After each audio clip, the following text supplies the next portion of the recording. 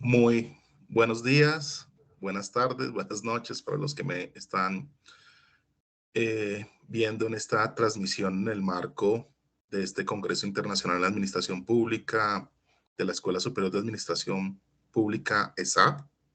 Bueno, la ponencia que me corresponde desarrollar el día de hoy en esta sesión tiene por título el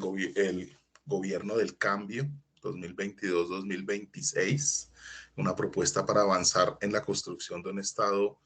abierto e incluyente en Colombia, que principalmente se elaboró haciéndole un seguimiento eh, desde la participación como ciudadano interesado en el desarrollo de los empalmes sectoriales con la anterior administración y el actual gobierno del presidente Gustavo Petro en el marco del sector función pública. Frente a estos hallazgos que se presentaron en el informe final, haciendo una revisión con cada uno de los documentos entregados por las partes, más el desarrollo de las diferentes mesas que se desarrollaron, uno puede hacer una conclusión que daría uno en 7 puntos frente a lo que se encontró o la situación dada en materia del sector función pública. Este sector, vale aclarar, está conformado por dos entidades. Por un lado, la cabeza del sector, el Departamento Administrativo de la Función Pública, y como entidad adscrita al DAF, el establecimiento público de carácter universitario, la ESAP. Los 7 puntos que se encuentran son, uno, se evidencia una pérdida tanto de credibilidad, confianza y respeto por parte de la ciudadanía hacia el Estado y sus entidades en todo su conjunto. Dos, se evidencia también un excesivo centralismo de todo tipo, administrativo, político y fiscal, y que se considera que este excesivo centralismo es un factor que se suma a la desigualdad en la inequidad regional y territorial en Colombia. Un tercer punto es que buena parte de las funciones esenciales del Estado, eh, enmarcado como un Estado social de derecho, se encuentran cada vez más en manos del sector privado, donde se dan, por un lado, prácticas de privatización y endoprivatización. Cuando hablamos de endoprivatización, la transferencia de modelos del sector privado para el desarrollo de las funciones del sector público. Y por el otro lado, pareciese que hay una tendencia de un esquema de alianza público-privada donde tienden a privatizarse en las ganancias y a socializarse en las pérdidas. Cuarto, también se evidencia un retraso en la implementación y la apropiación de las TICs en el marco de las estrategias de gobierno electrónico, especialmente en el ámbito territorial en Colombia. 5, hay una débil cultura del servicio público. Se evidencia que el Estado colombiano, a pesar de que en materia de empleo público, comparado con otros estados, es un estado chico, pero se encuentra que esto es una información que hay que mirarla con lupa, y es que se dan unas cifras que no necesariamente en materia de censos de empleo público concuerden, pero si nos vamos por la información que se presenta, encontraríamos que hay 1.300.000 servidores públicos, principalmente en el sector defensa y educación, pero más de 2 millones de contratistas por orden de prestación de servicio, la mayoría de ellos en empleo precario, y esto es un reflejo más de estas prácticas de privatización de las que hablaba. 6, hay una desarticulación entre la ESAP y la función pública. Se habla que frente a la ESAP hay un sistema de formación, investigación y asistencia técnica en administración pública que no necesariamente está respondiendo a las necesidades y problemas de la gestión estatal en el ámbito territorial, incluso nacional, pero tampoco a las comunidades. Y por último, se plantea que frente al sector hay duplicidad de funciones frente a otros sectores, respecto a otros sectores, y también a las lógicas de las agencias y consejerías presidenciales. Por ejemplo, se plantean duplicidad de funciones respecto al Departamento Administrativo de la Función Pública y la Secretaría de Transparencia de Presidencia de la República, donde vemos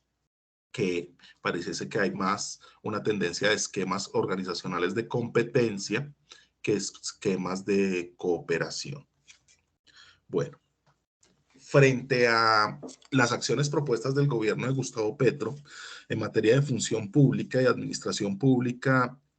uno podría planteárselas en 18 grandes puntos que principalmente se centran hacia la construcción de un modelo claramente descentralizado. Hay una postura de pasar de una visión de construir Estado,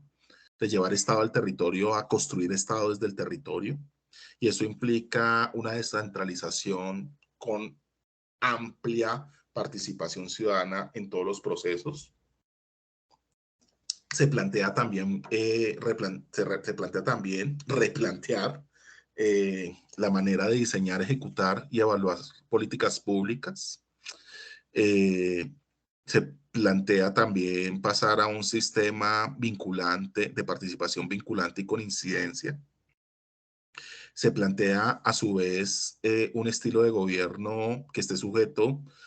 tanto a los intereses, pero también a los anhelos históricos de las diversas ciudadanías, lo que podríamos entender que se alinea a las tendencias del gobernar obedeciendo en América Latina. Se le da un nuevo rol al servicio público, no solamente enfocado a la prestación de bienes y servicios, sino también como facilitador del cambio, como informadores y facilitadores del cambio, que plantee una dinámica de gobierno de cercanía a la ciudadanía, donde se le dé una amplia participación y liderazgo a las comunidades y fuertes dinámicas de dinamizador y de facilitación a los servidores públicos, darles un mayor protagonismo a ellos, a estos últimos. También se habla de orientar una función pública enmarcada en valores públicos como la confianza, la credibilidad y el respeto por el Estado, donde se responda a las ciudadanías en términos de responsabilización. Eso, y también en términos de dinamizar las diferencias y las particularidades y las múltiples expresiones de ciudadanía. También se habla de establecer como una prioridad de la democracia del Estado la lucha contra la corrupción en todas sus formas, tomarse en serio este papel frente a este flagelo. Eso implica también que no hay solamente, no solamente se da una orientación hacia la desnarcotización de la economía colombiana, sino también de su cultura y de las expresiones culturales que este flagelo ha desarrollado al interior del Estado y en la relación del Estado con la sociedad. Se habla también de dignificación del empleo y el fortalecimiento de la carrera administrativa. Para esto se plantean estrategias más rigurosas frente a la contratación pública, principalmente respecto a los contratos y órdenes de prestación de servicio, como por ejemplo colocarle un límite bajo las necesidades reales, colocar unos límites a la contratación, por ejemplo un 10% de ella. También se habla de lograr la igualdad de género y fortalecimiento del ingreso de los jóvenes al Estado, o sea, seguir las líneas del fortalecimiento de esto que se ha llamado Estado joven. También se habla del fortalecimiento en términos administrativos de las entidades territoriales indígenas, y avanzar también hacia lógicas de administraciones públicas con enfoque étnico, que respete las autonomías y las formas de dirigir los conflictos y las diferentes formas de autoridad que se dan en la administración de lo público en sus territorios étnicos. Bueno, también se habla de una contribución del sector hacia la construcción de la paz total, el impulso de los programas de desarrollo con enfoque territorial, hoy los PEDET, seguir avanzando en ellos, una articulación de las oficinas de relaciones internacionales con las entidades públicas, donde claramente Cancillería sea uno de los centros de ese ecosistema de relacionamiento internacional, pero donde haya una estrategia colaborativa y conjunta y no disgregada y desarticulada como hoy se presenta. Fortalecimiento de las TICs implica también el fortalecimiento del teletrabajo, el trabajo remoto, el trabajo en casa y las demás formas de uso de la virtualidad, pero también la implementación de los avances de TICs y de la cuarta revolución industrial en el sector público, donde tecnología y conocimiento vayan de la mano del avance de la administración pública estatal. Eso implica también el fortalecimiento de la institucionalidad y de las políticas públicas en clave de participación social y con uso de tecnologías. Eso también es importante. Ligado a esto también está el fortalecimiento de las veedurías ciudadanas, articulados también a la actuación política y el sistema electoral en la lucha contra el clientelismo. También se habla de fortalecer la gobernanza territorial para la vida, implementando un sistema de ordenamiento y gobernanza territorial integral, democrático y articulado, así como la articulación e implementación de los instrumentos de la planificación multinivel, cuyo eje sea el respeto por el agua y la diversidad cultural. Se habla también de los derechos de la naturaleza frente a ello, donde la administración pública debe tomar un enfoque orientado hacia la protección de la vida en todos sus sentidos, en todas sus formas. La integración de las instituciones ambientales, por lo tanto, frente a la gestión del riesgo y la gestión del cambio climático en la defensa y la protección por la vida, y van a ser centrales, como también lo es el replanteamiento de los niveles y criterios salariales en el servicio público, que permita una mayor democratización y también una mayor productividad. Por último, también se habla específicamente frente a la ESAP, que a pesar de que la ESAP ha tenido hace poco un rediseño estructural, se debe continuar este rediseño hacia una alineación a las nuevas orientaciones para el cambio, ese cambio por la vida, donde la capacitación, la investigación y el fortalecimiento para la paz, el cambio institucional, la descentralización territorial, los gobiernos populares, la lucha contra la discriminación, el cambio climático y el fortalecimiento de la función pública sean temas claves en ese rediseño, asimismo como un mayor papel protagónico en las instancias de planificación de políticas y de implementación de las mismas por parte de la ESAP, donde uno de estos primeros pasos sería una participación protagónica de la escuela, de la ESAP, en la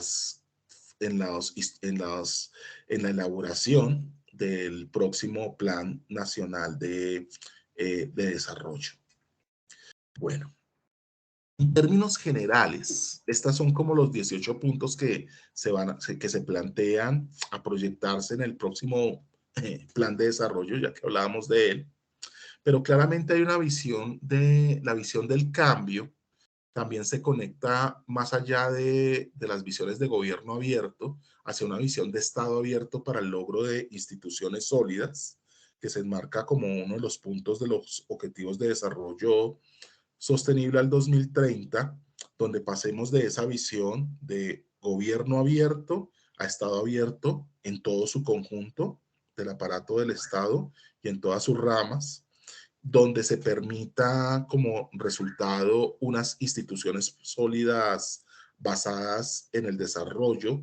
del valor público y de los valores públicos. Eso implica una visión para resultados, sí, pero una visión de resultados en términos de impactos, entendido este impacto como un cambio social deseado, legítimo, en términos de valor público, que es generado a través de una serie de efectos o de cambios comportamentales en la sociedad en todos sus aspectos, gracias al diseño de bienes y servicios, productos públicos de manera inteligente. Eso implica una visión donde la eficiencia, la eficacia, la efectividad, la economía, lo que tradicionalmente llamamos en la administración las ES, no sean meros fines, sino sean lo que son, medios para alcanzar fines medidos en términos de valores públicos, como la confianza, la corresponsabilidad, el compromiso, la concurrencia y otras Cs que ya procedo a explicar con mayor detalle, que se orientan a en el modelo de gestión, a tres lugares centro, que son centrarse en las personas, un modelo centrado en las personas, un modelo centrado en el conocimiento y un modelo centrado en el cuidado para el servicio. Eso implica una noción de valores públicos, donde el modelo centrado en las personas busque la construcción de confianza, de credibilidad, de corresponsabilidad, de compromiso, de concurrencia, de colaboración, de cooperación, de comunicación, de co-creación y de cultura ciudadana y democrática. Y el centrar el conocimiento implica centrarse en el conocimiento, es centrarse en la investigación, en la tecnología, en el desarrollo de estos para poder conectar, convencer, consensuar, coparticipar, codiseñar, cogenerar, coproducir, compartir, generar gestión de conocimiento. Y por último, un modelo que esté centrado en el cuidado de la vida, como lo hablábamos en los 18 puntos anteriores, centrado en el cuidado de la vida en términos amplios, no solamente entender el cuidado como un problema de la economía doméstica, sino mucho más allá, ponernos serios con el cuidado de la vida, y el cuidado de la vida implica establecer dinámicas de conocimiento, de respeto, de conocimiento y respeto para el cuidado, en el sentido amplio. El cuidado no solamente de la vida de los individuos de la sociedad, sino también de la vida en comunidad y del entorno y de los entornos ambientales, que eso implica también empezar a pensar en clave de derechos de la naturaleza, más allá de los derechos, más allá de los derechos humanos o complementario a los derechos humanos. Y en ese sentido, entender que el cuidado antecede el servicio y que servir implica cuidar, ¿correcto? O también cuidar implica servir. Es un círculo virtuoso, pero sí tener claramente las diferencias entre servir y cuidar. El servicio es como diría Omar Guerrero, catalaxia, cataláptico, de intercambio, transaccional. Yo doy, yo recibo, pago impuestos, recibo servicios. El cuidado está dado más en una noción del dar, sin esperar necesariamente una retribución o algo a cambio. Entonces, cuando eh, vamos a la casa de la abuela y nos sirve el almuerzo, la abuela, la nona, la mamita, le decimos gracias por cuidarme y va a estar muy contenta. Pero si le dice usted gracias por servirme, abuela, cómo me sirve de bien, creo que no se va a sentir tan agradada, porque muchas veces hay estructuras que no están pidiendo algo a cambio, sino la satisfacción del cuidado mismo. Y la construcción de lo público viene también unas estructuras del cuidado que responden a nociones eh, socioculturales, a dinámicas culturales y a eh,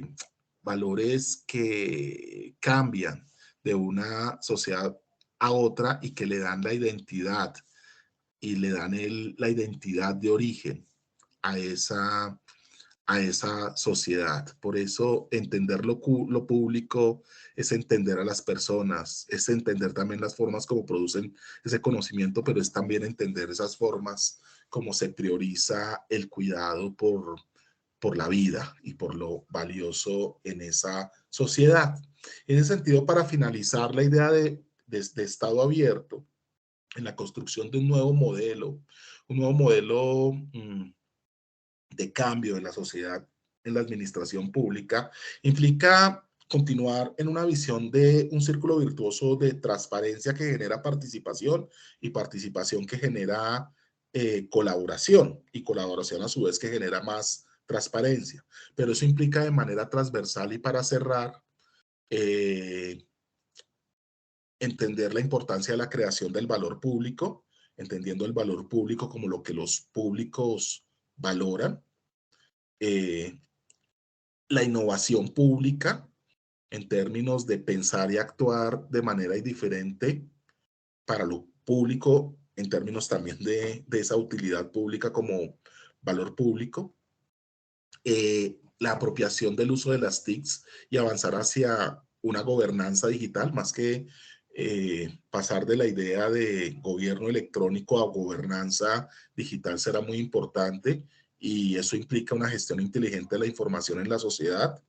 una dignificación y descentralización del empleo público, como ya se había hablado en los 18 puntos anteriores, y por último, replantearse los modelos de responsabilización social, los modelos de rendición de cuentas en Colombia. Bueno, quedan muchos temas abiertos en la discusión, pero el tiempo es muy corto. Les mando un saludo. Y espero que este congreso sea muy productivo para todos y todas y esperemos también que el gobierno del cambio sea una realidad. Un saludo, quien les habla, Sergio Chica.